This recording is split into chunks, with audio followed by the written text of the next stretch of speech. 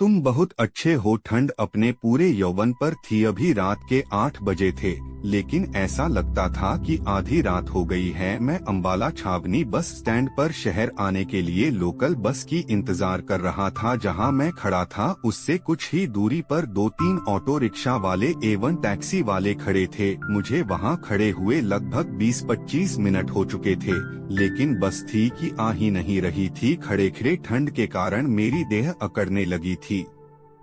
Auto rickshaw वाले से बात की तो उसने शहर जाने के लिए 40 रुपए मांगे थे। बस में जाने से 4 रुपए और ऑटो रिक्शा में जाने से 40 रुपए। घर जल्दी पहुंचकर भी क्या करना है। मैंने मन को समझाया खामखाह में 36 रुपए की नकद चपत लगेगी, जबकि इन 36 रुपए से मुझ जैसे नौकरी पेशा युक्त व्यक्ति की बहुत सी जरूरतें पूरी हो सकती थीं, बहुत सी समस्याएं सुलझ सकती थीं। मैं इसी उधेड़बुन में था कि जाऊं या नहीं, तभी दूर से एक बस की हेडलाइन नजर आई थी। बस नजदीक आई, मेरी नजरें गिद्ध समान बस से चिपकी थी। बस देहरादून से आई थी और चंडीगढ़ जानी थी। बस स्टैंड पर बस रुकी, उतरने वाली 3-4 सवारियां ही थीं। उन सवारियों में एक युवा लड़की भी थी। कंधे पर सामान का एक बैग झूलता हुआ उतरने वाली अन्य सवारियां रिक्शा करके जा चुकी थीं। वह युवा लड़की भी किसी अन्य वाहन की तलाश में थी। तभी वह लड़की ऑटो रिक्शा वाले के पास गई,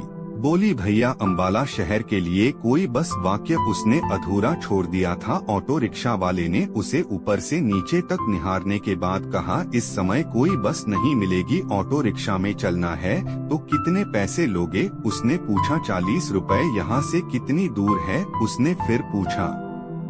यही कोई 10-11 किलोमीटर। वह चुप हो गई, सोचती रही चार्जेस बहुत ज्यादा हैं। दूसरी, वह अकेली कहीं रास्ते में। वह सिहर उठी थी, उसके चेहरे पर घबराहट और भय के मिलेजुले भाव थे। तभी वहां 2 युवक आ गए। शक्ल से वे शरीफ नहीं लग रहे थे। पान चबाते हुए उनमें से एक ने उस लड़की को देखकर मुस्कुराकर पूछा, कहाँ जाओगी। मुझे शहर जाना है। स्वर में हल्का सा कंपन था, पैर लरज रहे थे।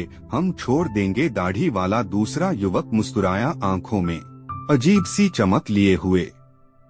ठंड और भी बढ़ गई थी, लेकिन उस युवा लड़की की पेशानी पर पसीने की बूंदें झिलमिलाने लगी थीं। आंखों में भय के साथ साथ नमी भी झलकने लगी थी। मैं उनके बीच बिन बादल बरसात की तरह टपक पड़ा। सुनिए, मैं लड़की का ध्यान अपनी ओर आकर्षित करते हुए धीरे से बड़बड़ाया। सवालिया निगाहें उस युवा लड़की के साथ साथ उन दोनों युवकों व पास ही खड़े ऑटो रिक्शा चालक की मुझ पर उठी थीं। आप शहर जा रही हैं?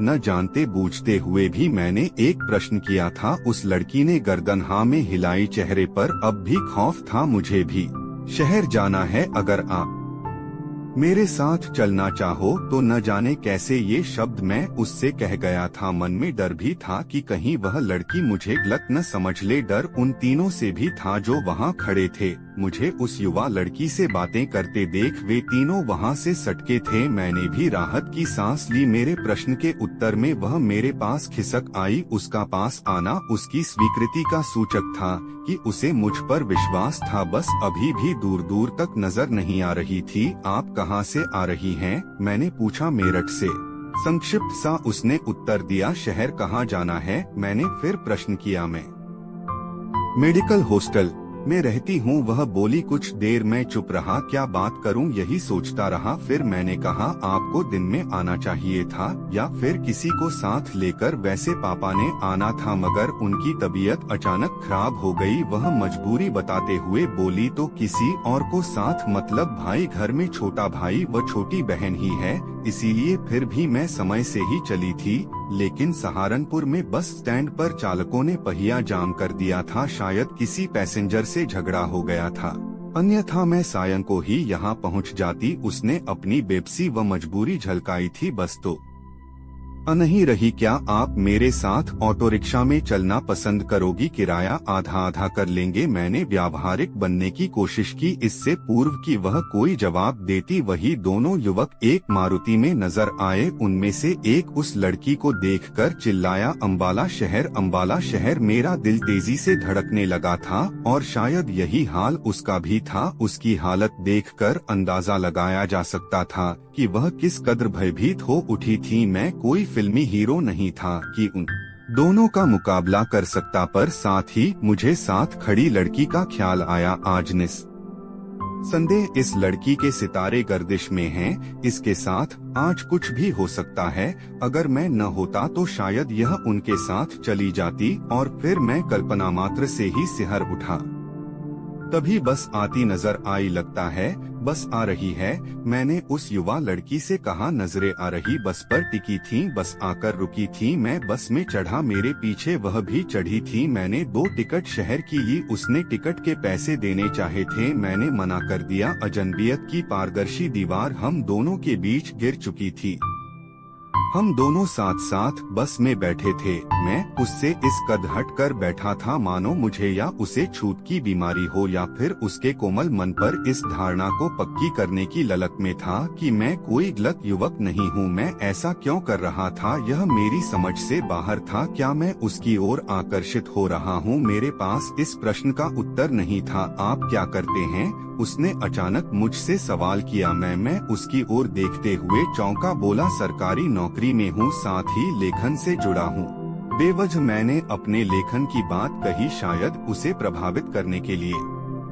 किस नाम से? उसने खिड़की से बाहर झिलमिलाती रोशनियों की ओर देखते हुए पूछा। दीपांकर नाम से। वैसे मेरा नाम भी दीपांकर है। मैं सोच रहा था कि नाम सुनकर वह कहेगी हाँ मैंने इस नाम को पढ़ा है, लेकिन ऐसा कुछ नहीं हुआ। मैं कोई बड़ा लेखक नहीं था। उसकी नजर में वह खामोश हो गई थी। मैंने कनखियों से उसकी तरफ देखा।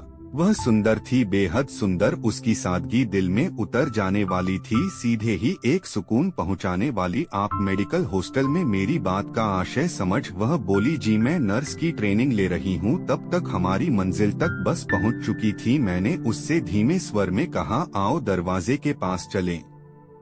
हम दोनों बस से उतरे थे। वहाँ से मेडिकल हॉस्टल का पैदल रास्ता 5-7 मिनट का था। इस वक्त वहाँ गहन अंधेरा फैला था। कहो तो तुम्हें मेडिकल हॉस्टल तक छोड़ आऊं? मैंने उससे पूछा। अगर आपको तकलीफ न हो तो। उसने वाक्य अधूरा छोड़कर मेरी तरफ देखा। नहीं तकलीफ कैसी, मैं आपको छोड़ देता हूँ। मैंने कलाई की ओर बंधी घड़ी की ओर देखते हुए कहा। हॉस्टल तक का सफर हमने चुपचाप पैदल पार किया। हॉस्टल पहुँचकर वार्डन से सामना हुआ। वार्डन ने कुछ एक प्रश्न मुझसे पूछे और कुछ उससे।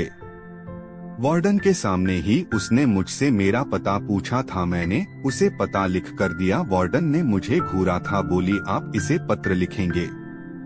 मैं चुप रहा, वार्डन की ओर देखते हुए उसके कहने का मतलब समझने की कोशिश करता रहा। देखिए, आप पत्र सोच समझकर डालना। मतलब? मैंने पूछा। यहाँ पत्र खोले जाते हैं कहीं ऐसा वैसा पत्र? मैं मुस्कुराया था, फिर उस युवा लड़की की ओर देखा, फिर बोला, आप मुझे गलत समझ रही हैं। पता इन्होंने मुझसे लिया है। मैं न तो इनका नाम जानता हूँ, नहीं पता ये पत्र लिखना चाहें तो इनकी मर्जी। इतना कहकर मैं चलने के लिए उठा। उस युवा लड़की की ओर देखा। कृतज्ञता के भाव उसके चेहरे पर फैले थे। वह बाहर छोड़ने को आई थी, आंखों में नमी फैल गई थी। उसकी बोली, आपका यह एहसान मैं जिंदगी भर न भूल पाऊंगी। मैं कुछ नहीं बोला, वहाँ से चला आया। घर पहुँचता हूँ, रात के लगभग 10 बज रहे हैं। पत्नी मेरे इंतजार में खाने के लिए बैठी हुई थी। आज बहुत देर कर दी। मेरी आंखों में प्यार से झांकते हुए पत्नी ने कहा। पत्नी को सारा किस्सा सुनाता हूँ। वह खामोशी से टकटकी बांधे गौर से मेरी बात सुनती रही। किस्सा सुनाने के बाद पूछता हूँ, ऐसे क्या देख रही हो? मुझे मन ही मन सोचता हूँ कि पत्नी कहीं शक तो नहीं कर रही। वह उठती है, मेरे समीप आकर मेरी नाक अपने दाएं हाथ के अंगूठे व सांकेतिक उंगली से दबाकर चहकते हुए कहती है, तुम बहुत अच्छे हो। पत्नी की आंखों में छाया विश्वास मन को गुदगुदा गया। पत्नी को बाहों में भरकर धीमे से उसके कानों में गुनगुना उठता हूँ, और तुम भी तो।